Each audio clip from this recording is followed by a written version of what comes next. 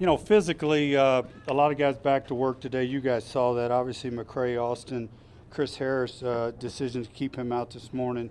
Webster did brief work early. I pulled Emmanuel out about 30 minutes into practice. You know, I just didn't look like himself, and I'm gonna be smart with him. He wanted to go, so.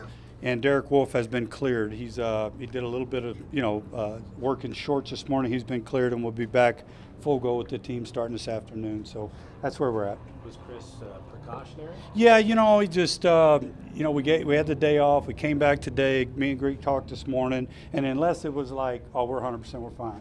So there was a little question there. So let's give him another day and see where we're at. So that's the big deal. That's no big, that's where we're at.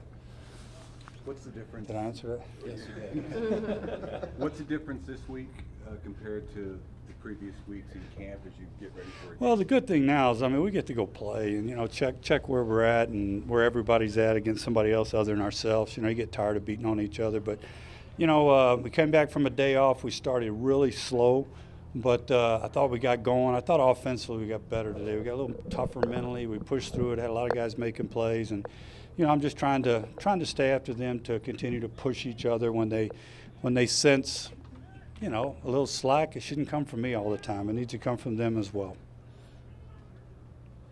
What do you limit reps, Gary, with Peyton as you guys manage him? What other avenues do you use for him to build chemistry with those skill guys in the offensive line as you guys work through this?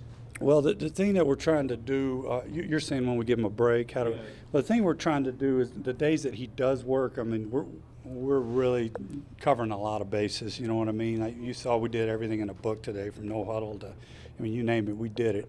And so making sure he's getting his work, and then even when we're in special teams period, he doesn't take that period off. He's throwing with, with DT, he's throwing with the man, he's doing something, so it's a continuous.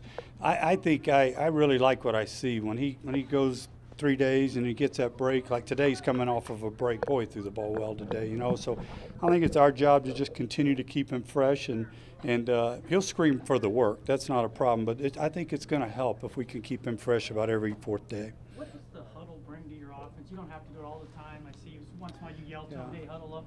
What is that? Is it for a pace issue or just specific to kind of reset? Well, like I said, we want to do both. We obviously want to. I know he can run the no huddle. He does an exceptional job with that.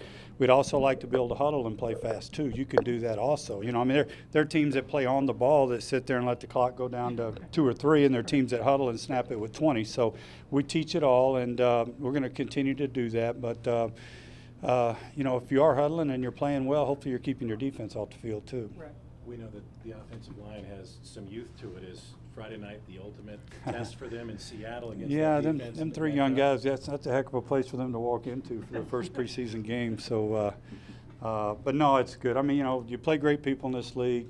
Obviously, they're a great defensive football team, and you're going to play in noise there, whether it's preseason or regular season. So, they need to be tested, and nothing better than the way they're fixing to get tested with this first night. But they're working hard. They're improving every day. There's going to be mistakes, but I like the way they work. I like what they stand for.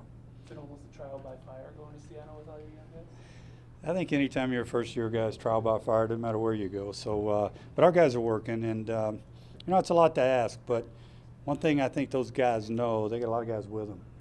Those 3 guys. Well, I know Matt's been in the league for a year, but those 3 guys got 8 other guys going to work with them. So that's part of football. It's a team business. What do you see from Bubba Caldwell? I've been impressed with Bubba. I think early it started a little slow.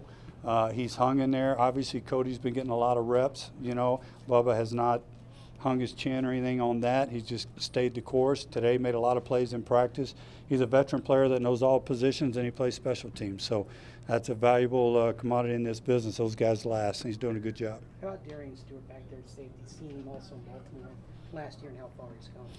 Well, I knew what he stood for as a player, and obviously we were looking. But I think we got a very competitive situation going on with he and Brew and Omar back there. I think TJ's a stable force back there. But after that, I think we got a competitive situation going on. We'll see what happens.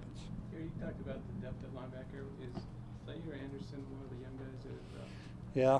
flashed? I can tell you've been watching because you're right. He has flashed. He flashes every day. He's small.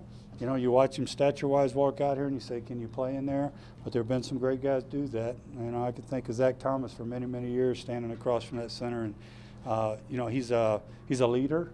He handles the huddle really well, and he loves contact. You know, so Reggie's done a good job with him, but you got to give the kid a lot of credit. He's come a long way. You can't lump young offensive linemen all in the same group, all your guys, but I guess when they're in their first year, what comes usually first? Picking up the speed of the game physically out there, or the speed of the game on the mental side of figuring? I think it all depends who the player is. You know, like with Sombraio mentally is great. You know, he's been awesome. That has not been a problem. So the speed of the game, I think, is the first thing that he had to catch up on with Vaughn and DeMarcus on a regular basis. Max is a powerful guy. He's played in a lot of big games. Max is a center in college, so he's trying to get it all down at guard and all the calls and all those things. So maybe it's a little bit different for him. So I think it depends on the player, but. You know, the biggest thing you look for as a coach when you put a young player out there is, you know, does it look like it's too big for him? And those guys have been pretty good. You know, there's going to be some growing pains. I know that, but I like what they stand for and I like the way they work.